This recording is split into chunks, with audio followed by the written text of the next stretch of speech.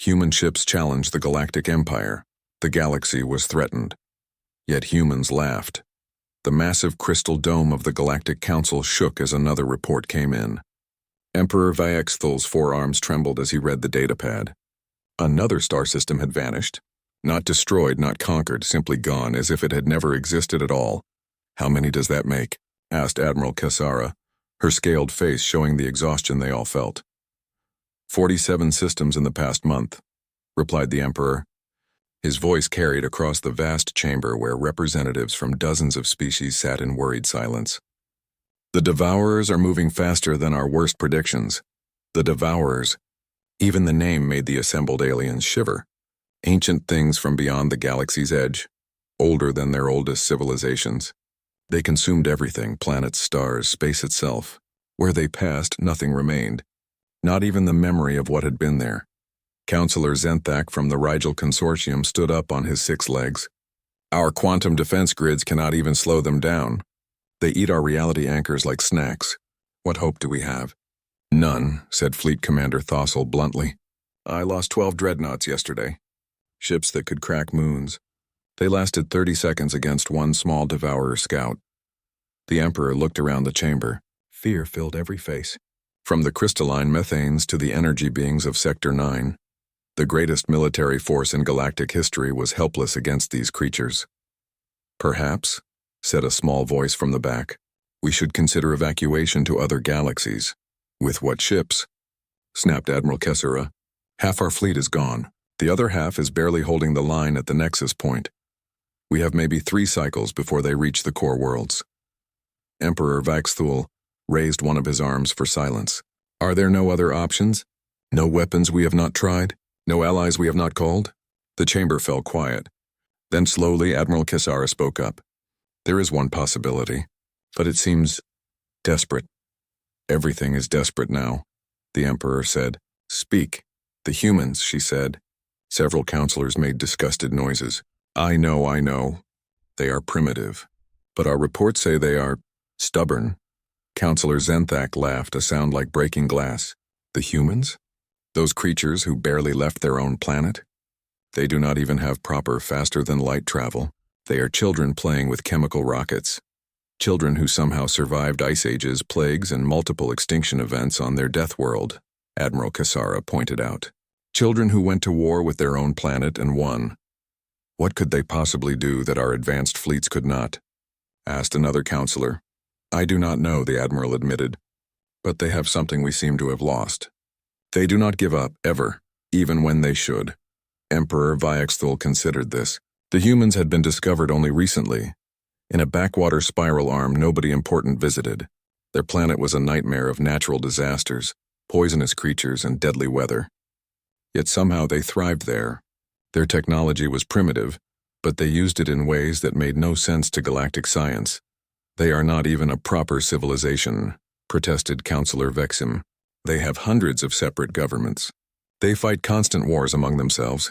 They are chaos." "Yes," said Admiral Kessara. "Maybe that is exactly what we need." The Emperor was quiet for a long moment. Outside the dome, another priority alert flashed. Another system had gone dark. Another billion lives had simply stopped existing. "How long to reach their homeworld?" he asked finally. 2 standard days with our fastest diplomatic ship," Admiral Kessara replied. "And how long before the Devourers reach the core systems?" Fleet Commander Thossel checked his tactical display. "At current speed, 4 days. Maybe 5 if we can slow them at the outer defenses." The Emperor stood up to his full height. His decision would either save the galaxy or waste precious time they did not have. But doing nothing was certain death. "Send Ambassador Thexion to Earth," he commanded. "Full diplomatic priority.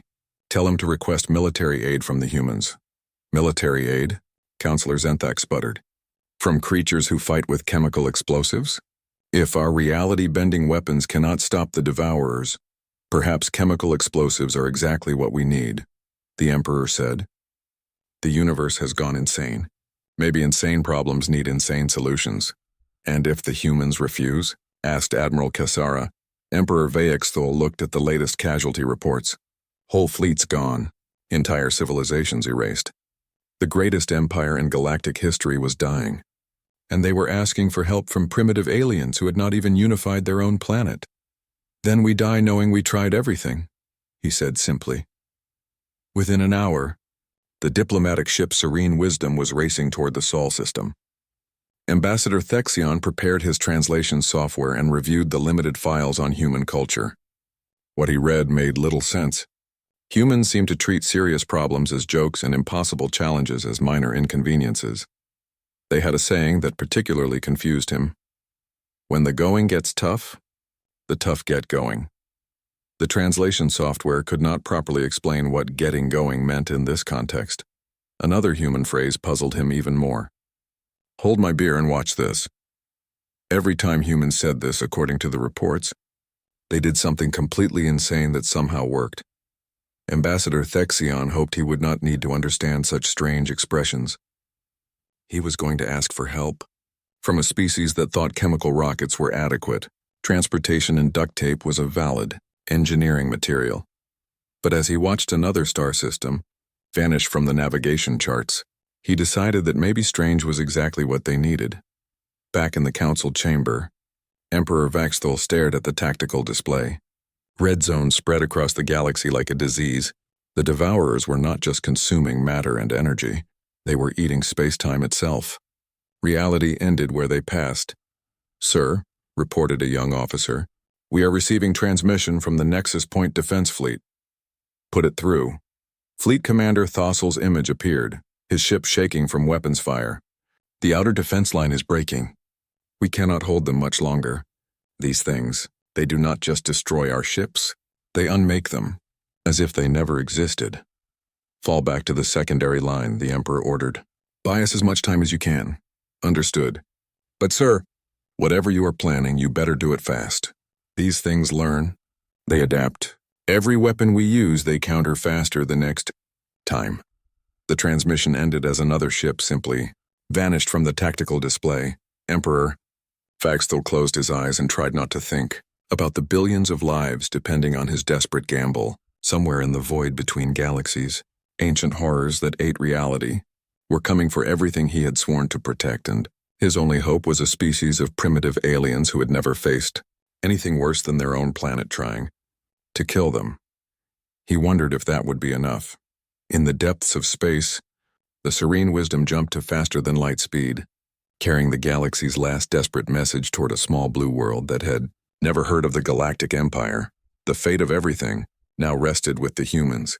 The Emperor just hoped they would not laugh at the request. Human ships challenged the Galactic Empire. The galaxy was threatened. Yet humans laughed. The Serene Wisdom dropped out of faster-than-light travel at the edge of the Sol system. Ambassador Thexion stared at his screens in confusion. This system made no sense according to galactic standards. The third planet from the star was obviously the inhabited one. It glowed with the lights of civilization and buzzed with radio signals. But those signals were chaos. Hundreds of different languages, thousands of separate transmission sources, and what appeared to be constant arguments between different groups. Navigator, he called to his aide, are we certain this species achieved spaceflight? I see no orbital cities, no ring habitats, no sign of proper space civilization. Sir, they have several primitive stations in orbit and some kind of construction on their moon. But you are right, it is very basic. Chemical rockets and metal hulls. Ambassador Thexion shook his head. This was their great hope? A species that barely managed to leave their own gravity well? Sir, the navigator continued, I am reading massive energy signatures from the planet's surface. Nuclear weapons. Thousands of them. Weapons pointed at space? The ambassador asked hopefully. No, sir, pointed at each other. The ambassador felt his heart sink. Not only were the humans primitive, they were actively trying to destroy themselves. This was worse than the intelligence reports had suggested. Open communications, he ordered. Broad-spectrum transmission to their planetary governments. Which government, sir? I am detecting 195 separate political entities. All of them. The ambassador composed himself and began the formal first contact protocol. People of Earth, this is Ambassador Thexion of the Galactic Empire. We come in peace seeking urgent discussion with your leaders about a matter of galactic security. The response was immediate and chaotic. Hundreds of different voices started talking at once in dozens of languages. Some seemed excited, others suspicious, and several were apparently trying to sell him something. After 2 hours of confusion, a single voice cut through the noise with what the translator called impressive profanity. The voice belonged to someone called President Sarah Chen of something called the United Earth Defense Coalition. Right. Everyone shut up for 5 minutes so we can figure out what these aliens actually want, President Chen said. This is Sarah Chen speaking for the humans. At least the ones who voted for me. The others can speak for themselves if they want. Ambassador Thexion was completely lost. President Chen, we require urgent discussion with your planetary government about an existential threat to the galaxy. Which one? She asked. Excuse me? Which existential threat? We have climate change, asteroid impacts, supervolcanoes, gamma-ray bursts, solar flares, and my mother-in-law visiting next week. You will need to be more specific. The ambassador stared at his screen. The humans were treating existential threats as routine problems? Madam President, ancient entities from beyond the galaxy are consuming entire star systems. Reality itself is being devoured. There was a pause. Then President Chen started laughing. Oh, is that all? And here I thought it was something serious. You do not understand, the ambassador said desperately. These beings consume matter, energy, space, and time. Where they pass, nothing remains, not even the memory of what was there. Uh-huh, President Chen said. Sounds like Tuesday to me. How fast do they move? How fast? The ambassador was completely confused by this response. They advance at approximately 1 light year per day. Okay, so we have time to work with. What is their energy source? We do not know. They seem to feed on reality itself. Right. Have you tried turning them off and on again? What? You know, basic troubleshooting. Unplug them, wait 10 seconds, plug them back in. Works for most problems. Ambassador Thexion felt like his brain was melting. The humans were treating cosmic horror like a technical support issue. These entities have destroyed fleets that could shatter planets, he said. Our most advanced weapons cannot even slow them down. What kind of weapons? Asked a new voice.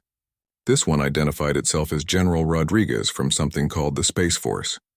Quantum disruptors. Reality anchors, temporal displacers, gravity weapons that can collapse stars. Fancy, General Rodriguez said. What about kinetic weapons? Kinetic? You mean throwing things at them? Yeah, really, really fast things. Really hard things. Big exploding things. Our scientists abandoned such primitive weapons millennia ago. Mistake, said another voice, which belonged to someone called Admiral Jackson. Sometimes the old ways work best, especially when dealing with smart enemies who expect smart weapons. Ambassador Thexion was getting a headache. You want to fight reality-eating cosmic horrors with thrown objects? Among other things, President Chen said cheerfully. Look, we appreciate you coming all this way to warn us about the space monsters. Really, we do. But here is the thing about humans, we do not give up. Ever, even when we should. But your technology is primitive compared to the Galactic Empire. So? General Rodriguez interrupted. Technology is just tools. What matters is how you use them. A hammer can build a house or crack a skull depending on the situation. You cannot seriously intend to fight beings that consume reality with chemical rockets and nuclear weapons. Why not? President Chen asked. What else are we going to do? Give up and die? That is not really our style. The ambassador tried a different approach. Your species has not even unified your own planet. You fight constant wars among yourselves. How can you possibly coordinate against a galactic threat? Oh, that is easy, said Admiral Jackson. We stop fighting each other and start fighting them. Nothing brings humans together like a common enemy, especially a really annoying one. An annoying enemy? These beings have existed since the dawn of time. They are cosmic forces beyond comprehension. Yeah, well, so is my ex-wife, and I dealt with her, General Rodriguez said. Look, alien guy, here is what you do not understand about humans. We are really, really good at breaking things, especially things that think they cannot be broken. But there is always risk, President Chen cut him off. That is what makes it interesting. Besides, what is the worst that could happen? We all die? The universe ends? Big deal. At least we will go down swinging. Ambassador Thexion felt like he was talking to insane people. You are not taking this seriously. Sure we are, Admiral Jackson said. We are just not panicking about it. Panic makes you stupid, and stupid gets you killed. Better to stay calm and think of creative ways to blow things up. This is madness. Probably President Chen agreed. But it is our madness. Tell you what, Ambassador, give us the coordinates of these devourer things and any technical data you have. We will take a look and see what we can do. You will help? The ambassador could hardly believe it. Of course we will help. This is our galaxy too, even if we just found out about it. Nobody eats our reality without asking permission first. But your primitive technology, we'll have to do, General Rodriguez said firmly. Look, we have survived ice ages, plagues, world wars, and the invention of reality television. A few cosmic horror monsters should not be too much trouble. Ambassador Thexion transmitted all the data they had on the Devourers. What he got back from the humans was terrifying. Within hours, they had plans for weapons that violated several laws of physics and at least 3 galactic treaties on ethical warfare.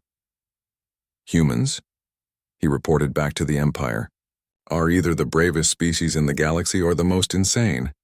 Possibly both. Emperor Vaxthul listened to the report in amazement. They agreed to help? Yes, sir. They treated the existential threat to all reality as what they called a typical Tuesday problem. They are mobilizing something they call the most ridiculous armada in galactic history. Ridiculous how? They are mounting nuclear weapons on mining equipment and launching them with what they cheerfully describe as prayer and spite. Their battle plan seems to be based on something called video game logic and aggressive percussive maintenance. The Emperor was quiet for a long moment. Ambassador, are we making a terrible mistake? I do not know, sir. But they are the only ones who did not seem afraid. In the void, the Devourers continued their advance, consuming reality one star system at a time. They had faced many species over the eons. All had fallen to despair when faced with inevitable annihilation. None had ever laughed at them before. Human ships challenged the Galactic Empire. The galaxy was threatened. Yet humans laughed 72 hours after first contact. Ambassador Thexion watched Earth's orbital space with growing horror and fascination. The humans were mobilizing and nothing about it made sense according to proper military doctrine. Sir, reported his navigator, I count over 2,000 human vessels launching from the planet's surface. But sir, these are not warships. The ambassador looked at his screens and felt his brain hurt. The humans were indeed launching ships, but they appeared to be mining vessels, cargo haulers, research stations, and what looked like modified garbage trucks. All of them bristled with hastily attached weapons that violated every safety regulation in galactic law. Are those nuclear warheads duct taped to asteroid miners? He asked weakly. Yes, sir. The humans appear to have weaponized their entire civilian space fleet using adhesive tape and what they call good intentions. On the main screen, a human ship drifted past. It was clearly a converted space station with massive engines bolted to one end and weapons mounted wherever they could fit. Painted on the side in large letters were the words, USS Absolutely Not. And below that, if you can read this, you are too close. Navigator, are you detecting any unified command structure? No, sir. Each ship seems to be operating independently, but they are somehow coordinating through their global communication network. I am picking up thousands of simultaneous conversations. The ambassador listened to the translated chatter with growing amazement. The humans were organizing their desperate fleet through what they called social media, video calls, and something called memes. Their battle plans were being shared. Through jokes and sarcastic comments, one conversation particularly confused him. Hey, Bob, you got those nukes mounted yet? Yeah, but the safety systems keep complaining. Says attaching thermonuclear devices to mining equipment violates warranty. Turn off the safety systems. Already did. Also turned off the parts that said we needed proper training and certification. Good, what could go wrong? Famous last words, Mike. Exactly. Let's make them count. Ambassador Thexion called up the human leadership. President Chen's face appeared on screen, looking remarkably calm for someone preparing to fight cosmic horrors with improvised weapons. Madam President, I must express concern about your fleet composition. These vessels are not designed for combat. Neither were the humans who built them, she replied cheerfully. But we adapt. That is kind of our thing. Your ships appear to be held together with adhesive tape. Duct tape, she corrected. Very different. Duct tape is one of humanity's greatest inventions, right up there with the wheel and antibiotics. But surely you have proper military vessels. Sure, but they are not big enough for what we have planned. Besides, our military thinks too much about rules and safety. For this job, we need people who think outside the box. What box? All of them, any box. We are basically throwing out every box we can find and making it up as we go. On his tactical display, the ambassador watched a human ship that appeared to be a modified oil drilling platform. It was enormous, bristling with improvised weapons, and broadcasting what his translator could only render as death metal music at maximum volume. President Chen, what is that vessel's purpose? Oh, that is the drill, baby drill. Captain Williams thought it would be funny to bring mining equipment to a space battle. Turns out he was right. We are going to mine the hell out of those devourers. Mine them? Figure of speech. We are going to poke holes in reality until something interesting happens. The ambassador felt faint. That sounds extremely dangerous. Everything interesting is dangerous. That is what makes it interesting. Another ship caught his attention, a sleek research vessel covered in sensor arrays and what looked like oversized speakers. And that one? The Science. From our Deep Space Research Division. Dr. Patel thinks he can reverse engineer Devourer technology in real time during combat. During combat? Best time to test new theories. High-stress environment really focuses the mind. Ambassador Thexion was beginning to understand why the humans had never been conquered. They were too insane for any rational military force to predict. Sir, his navigator interrupted. The human fleet is moving toward the jump point. They are requesting coordinates for the Nexus Point battle zone. They want to join the battle immediately? President Chen nodded. No point waiting around. The sooner we get there, the sooner we can start breaking things. Madam President, these entities have existed since the dawn of time. Our most advanced fleets could not slow them down. Are you certain about this course of action? Absolutely not, she said with a grin. But that has never stopped us before. Besides, we have a secret weapon. What secret weapon? We are too stupid to know when we are beaten. Also, spite. Never underestimate human spite as a motivational force. The ambassador watched the human fleet form up for the jump to faster-than-light speed. It was the most chaotic military formation he had ever seen. Ships of every size and description scattered across space like debris, each one unique and terrifying in its own way. One more thing, Ambassador, President Chen said. You might want to warn your emperor that we do things a little differently than most species. How differently? Well, for starters, we do not really believe in impossible. Also, our definition of acceptable risk might be broader than yours. How much broader? Put it this way. We once sent people to the moon using slide rules and the mathematical equivalent of prayer. This should be easy by comparison. The human fleet jumped to faster-than-light speed in the most disorganized formation the ambassador had ever witnessed. Some ships jumped early, others late, and at least 3 had to restart their engines after what appeared to be technical difficulties involving duct tape. Yet somehow, they all made it. Ambassador Thexion immediately contacted Emperor Vaxthul. Sir, the humans are en route to the battle zone. How many ships? Over 2,000, sir. But, sir, they are not like any fleet we have ever seen. Explain. They have weaponized their civilian infrastructure and are approaching this as what they call a really exciting engineering problem. Their battle plan appears to be based on something called chaos theory, and seeing what happens when you poke cosmic horror with a stick. Are you saying they have no real plan? Oh no, sir. They have many plans. Hundreds of them. They just do not agree on which one to use, so they are apparently going to try all of them at once. Emperor Vaxthul was quiet for a long moment. Ambassador, are we about to witness the most brilliant military strategy in galactic history, or the most spectacular failure? I honestly cannot tell, sir. Possibly both. At the Nexus Point, Fleet Commander Thassil received word that human reinforcements were coming. His surviving ships were barely holding the line against 3 Devourer scouts while the main force gathered behind them. Human reinforcements? He asked his tactical officer. How many ships? Over 2,000, sir. Finally, a proper battle fleet. What class vessels? Unknown, sir. The humans apparently do not use standard ship classifications. The registry lists include entries such as Flying Brick of Doom, Definitely Not a Weapon, and Your Mom. Fleet Commander Thassil stared at his officer. Your mom? Yes, sir. It appears to be converted civilian equipment. All of it. They are sending civilians to fight the Devourers. Sir, the humans say there is no difference between their civilians and military when it comes to breaking things. Apparently, they consider this a skill all humans possess naturally.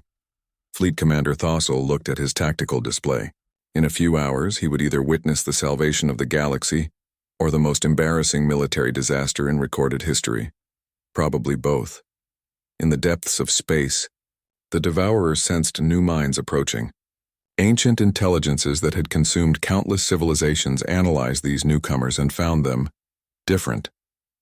For the first time in eons, the Devourers felt something they had not experienced before: confusion. These new minds did not radiate fear or despair like all the others. Instead, they seemed to be broadcasting something the Devourers could not understand. The humans were coming and they were laughing. Human ships. Challenge the Galactic Empire. The galaxy was threatened.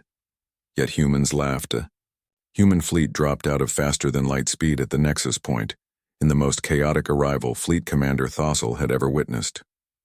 Ships materialized across a volume of space that would have taken a proper military formation hours to coordinate. Some came in backwards, others sideways, and at least one appeared to be spinning. "Sir," reported his tactical officer, "the humans are requesting battle coordinates and asking if we have any good targets for aggressive percussive maintenance." Aggressive what? "I believe it translates to hitting things very hard until they break, sir." Fleet Commander Thossel looked at his screens in disbelief. The human ships were unlike anything in the Imperial database. A converted mining platform bristling with nuclear missiles, a research vessel covered in sensor arrays and what appeared to be jury-rigged weapon systems, something that looked like it had started life as a garbage truck but now mounted enough firepower to level a city. "Commander," came a voice over the communications channel, "this is Admiral Jackson of the human fleet. We are ready to engage the hostiles. Just point us at the big scary things and try to stay out of our way." "Admiral Jackson, these are not ordinary hostiles. The Devourers consume reality itself. Our most advanced weapons cannot even—" Yeah, cosmic horror eats reality, very scary." Admiral Jackson interrupted. "We got the briefing. Question is, are they solid?" "Solid? Can we hit them with stuff? Big, fast, exploding stuff?" Fleet Commander Thossel checked his sensors. "The Devourers do have physical manifestations in our reality, but good enough. All ships, this is Admiral Jackson. Remember the plan, there is no plan. Just get in there and break everything that does not look friendly. And remember, we are probably going to die, so let's make it count." The human fleet surged forward in what could charitably be called a formation. Fleet Commander Thossel watched in horror as they approached the 3 Devourer scouts that had been systematically destroying his remaining ships. "Sir," his tactical officer reported, "the humans are broadcasting something across all frequencies." "What kind of transmission?" "Music, sir. Very loud music. My translator calls it death metal and suggests I adjust the volume for mental health purposes." On the main screen, the first human ship reached weapons range of a Devourer scout. It was the converted oil platform Drill Baby Drill, and Captain Williams immediately demonstrated why humans were considered insane by galactic standards. Instead of engaging at long range with energy weapons, he rammed his massive ship directly into the Devourer's feeding tendril, while screaming something the translator rendered as YOLO. The impact should have destroyed both ships. Instead, the Devourer recoiled in what could only be described as surprise. The ancient entity had never encountered opponents who used their own vessels as weapons. Did that human just bite a Devourer? Fleet Commander Thossel asked weakly. "I believe the correct term is nom nom, sir," his tactical officer replied. Reading from the translation software. More human ships swarmed the Devourer scouts like angry insects. But instead of attacking in predictable patterns, they seemed to be making it up as they went along. A research vessel called Science was somehow scanning the Devourers while shooting at them, with Dr. Patel's voice echoing across the communications channel. "Fascinating. Their reality manipulation fields operate on quantum frequencies I have never seen before. I am detecting massive vulnerabilities in their—" The transmission cut off as his ship performed what appeared to be an impossible corkscrew maneuver to avoid a Devourer's attack. "Dr. Patel," Admiral Jackson called out, "please tell me you found something useful." "Oh yes, these things are basically living math equations. Very complex math, but still math. And you know what we do to math problems we do not like? Beat them with a stick until they give us the right answer? Exactly. But in this case, the stick is a modified mining laser, tuned to disrupt their quantum coherence field. Another human ship, the USS Absolutely Not, demonstrated humanity's approach to impossible odds by doing something that violated several laws of physics. Captain Santos somehow managed to reverse her ship's gravity field and use it to grab a piece of destroyed devourer and throw it at another devourer. Did she just make one cosmic horror hit another cosmic horror with itself? Fleet Commander Thossil asked. Yes, sir. The humans call it stop hitting yourself and appear to find it hilarious. The battle was unlike anything in recorded military history. The humans were not following any tactical doctrine because they did not seem to have one.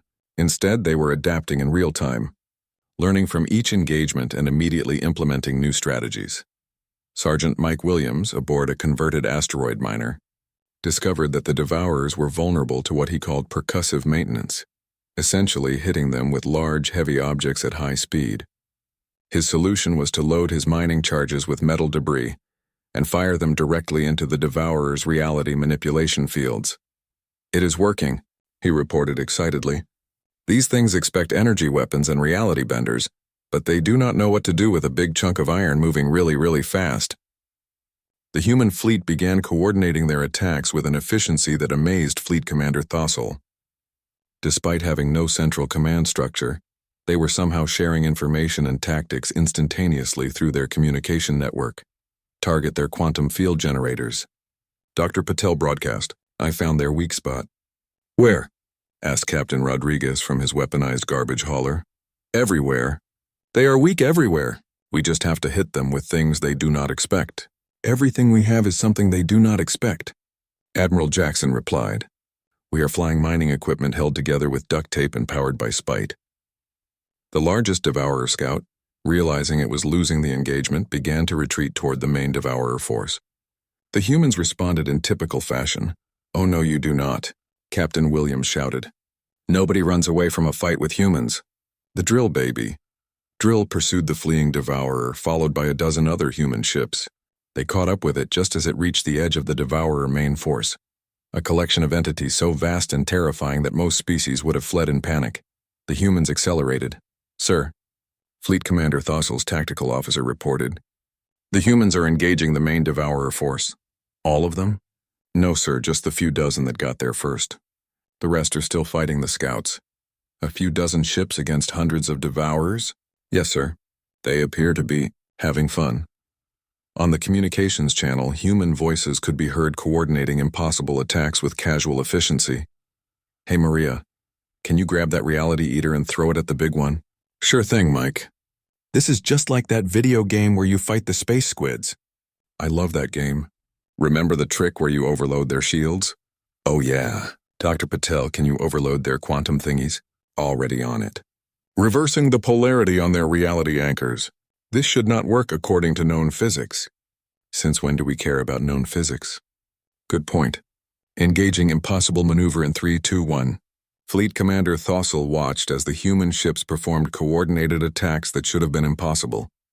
They were using their technological limitations as advantages, creating weapons and tactics that the ancient Devourers had never encountered. And incredibly, impossibly, it was working. The Devourers, who had consumed countless civilizations, were retreating, not from superior firepower or advanced technology, but from opponents too crazy to follow the rules of cosmic horror. Sir, his tactical officer said quietly, I think the humans might actually win this. Fleet Commander Thossil looked at the tactical display, where human ships were chasing Devourers across the battlefield while broadcasting what sounded like victory songs mixed with engineering discussions. They are not just winning, he realized. They are enjoying it. In the depths of space, the Devourers experienced something they had not felt in eons: uncertainty. These new opponents defied all their calculations. How do you consume beings that treat reality like a suggestion and respond to cosmic horror with laughter?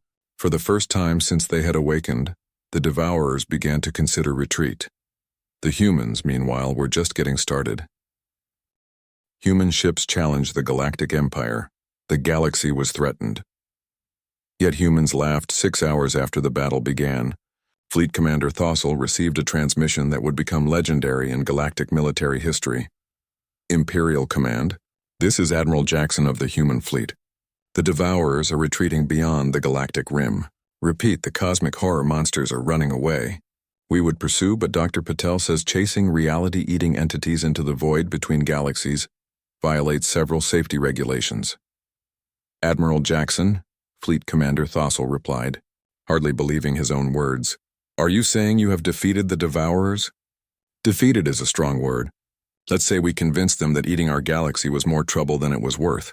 Turns out ancient cosmic entities do not like having their math homework corrected with explosives. The battlefield around the Nexus Point looked like no military engagement in recorded history. Debris from Devourer entities drifted alongside human ships that were somehow still functional despite being held together with what appeared to be duct tape, and Prayer Captain Williams aboard the Drill Baby Drill was giving a damage report that perfectly captured the human approach to warfare. We have hull breaches on decks 3 through 7. The artificial gravity is working backwards. Our main reactor is held together with cable ties, and somehow we are going faster than we were when we started. All in all, a typical Tuesday. Dr. Patel's research vessel Science had managed something that galactic scientists had thought impossible, capturing and analyzing samples of Devourer technology. Fascinating. His voice echoed across the fleet communications. These entities are basically living equations that solve for consume everything. But they have no protocols for dealing with opponents who change the math while the test is in progress. English, Doc, Admiral Jackson requested. They are very smart but not very flexible. They expect other species to follow logical military doctrine. When we started using garbage trucks as battleships and asteroid miners as weapons, their programming could not adapt fast enough. Fleet Commander Thossel pulled up the tactical analysis of the battle. What he saw would be studied in military academies for centuries. The humans had not just won. They had fundamentally changed how the Devourers thought about combat. Instead of the careful, methodical consumption that had destroyed so many civilizations, the Devourers had been forced to react to human tactics. And humans, it turned out, were very good at making up new tactics faster than ancient cosmic entities could analyze them. The key, Captain Santos explained to the fascinated Imperial officers, was treating them like any other engineering problem. They eat reality? Fine, we build new reality faster than they can eat it. They have cosmic powers? Great, we have industrial equipment and too much caffeine. Emperor Vagstol arrived at the Nexus Point aboard the Imperial flagship just in time to witness the aftermath. The sight that greeted him was unlike anything in his long career. Human ships drifted through space in formations that defied military logic, their crews apparently celebrating victory by broadcasting music, exchanging what they called memes, and conducting impromptu engineering discussions about how to improve their weapons for next time. Next time? The Emperor asked Ambassador Thexion. Yes, sir. The humans seem to assume there will be more cosmic horror encounters in the future and want to be better prepared. They are treating this as a learning experience. They want to fight more Devourers? Not exactly, sir. They want to be ready for whatever comes next. Captain Rodriguez told me, and I quote, "The universe is a big place full of weird stuff. Some of it is probably going to try to eat us. We should be ready." The Emperor requested a meeting with the human leadership. Admiral Jackson's face appeared on the main screen, looking remarkably calm for someone who had just saved the galaxy with mining equipment.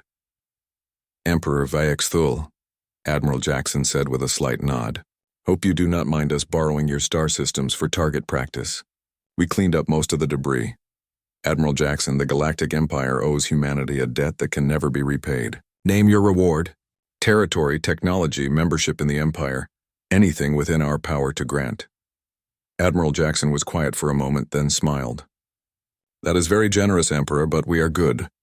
We have our own thing going on. Surely there is something. Well, Admiral Jackson said thoughtfully, maybe we could work out some kind of mutual defense agreement. For next time. Next time? Sure, the universe is a big place. Something else is bound to try to eat it eventually. When that happens, give us a call. We will bring the explosives. President Chen's voice joined the conversation. What Admiral Jackson is trying to say, Emperor, is that we would be happy to serve as the galaxy's emergency response team for existential threats. Think of us as cosmic problem solvers, You want to fight cosmic horrors professionally? Among other things, President Chen replied. We also do natural disasters, impossible engineering projects, and anything else that requires creative applications of explosives and stubbornness. Emperor Vaexthul considered this. A species that treated reality-eating entities as a minor inconvenience might be exactly what the galaxy needed for future crises. Very well, he said formally. The Galactic Empire hereby establishes the Human Emergency Response Protocol. When conventional methods fail and reality itself is threatened, we will call upon humanity. Sounds good, Admiral Jackson said. Just remember, we do things a little differently than most species. How differently? Put it this way, Emperor. Most civilizations try to understand their enemies before fighting them. We prefer to confuse our enemies while hitting them with large objects. And this works? You saw the results. The devourers are gone, reality is still here. And we have enough salvaged cosmic horror technology to keep our scientists busy for years. As the human fleet prepared to return to Earth, Ambassador Thexion filed his final report on the engagement. The document would become required reading for every diplomatic and military officer in the Empire. Analysis of human combat effectiveness. Humans approach warfare as an engineering problem, rather than a military exercise. They do not seek to defeat enemies through superior force, but rather through superior adaptability. When faced with impossible odds, they do not despair, they innovate. Recommendation: never underestimate a species that considers existential dread a minor scheduling conflict. The humans have demonstrated that sometimes the best response to an uncaring universe is to refuse to care back, then fix the problem anyway. Additional note: human vessels departing the battle zone are broadcasting what they call victory music and sharing memes about their engagement with cosmic horror. Attached files contain examples, though I confess I do not understand why a picture of a cat with text saying, "Icon has cosmic victory," he is considered humorous. 3 days later, as the human fleet arrived back at Earth, Dr. Patel published the first scientific paper on devourer technology. His conclusions revolutionized galactic understanding of reality manipulation, but his methodology notes were purely human. When studying entities that consume reality, the key is to poke them with instruments until they do something interesting, then reverse engineer whatever happens. Standard scientific protocols assume the universe makes sense, which is clearly not always the case. The galaxy was safe, reality remained intact, and somewhere in the void between galaxies, ancient entities that had existed since the dawn of time were having their first ever strategy meeting about how to deal with opponents who treated cosmic horror as a source of engineering. Inspiration: Emperor Vaexthul, reading reports from across his empire, noticed something interesting. For the first time in galactic history, civilizations were not just surviving cosmic threats. They were laughing at them. It seemed that human attitudes were contagious, and in the depths of space, if any new cosmic horrors were planning to threaten the galaxy, they might want to reconsider, because somewhere in a small solar system around an unremarkable star, a species of curious primates had learned that the universe could be scary. They had also learned that scary things were more fun when you hit them with exploding mining equipment. The galaxy was in good hands. Insane hands, but good ones. The universe, it turned out, had a sense of humor after all.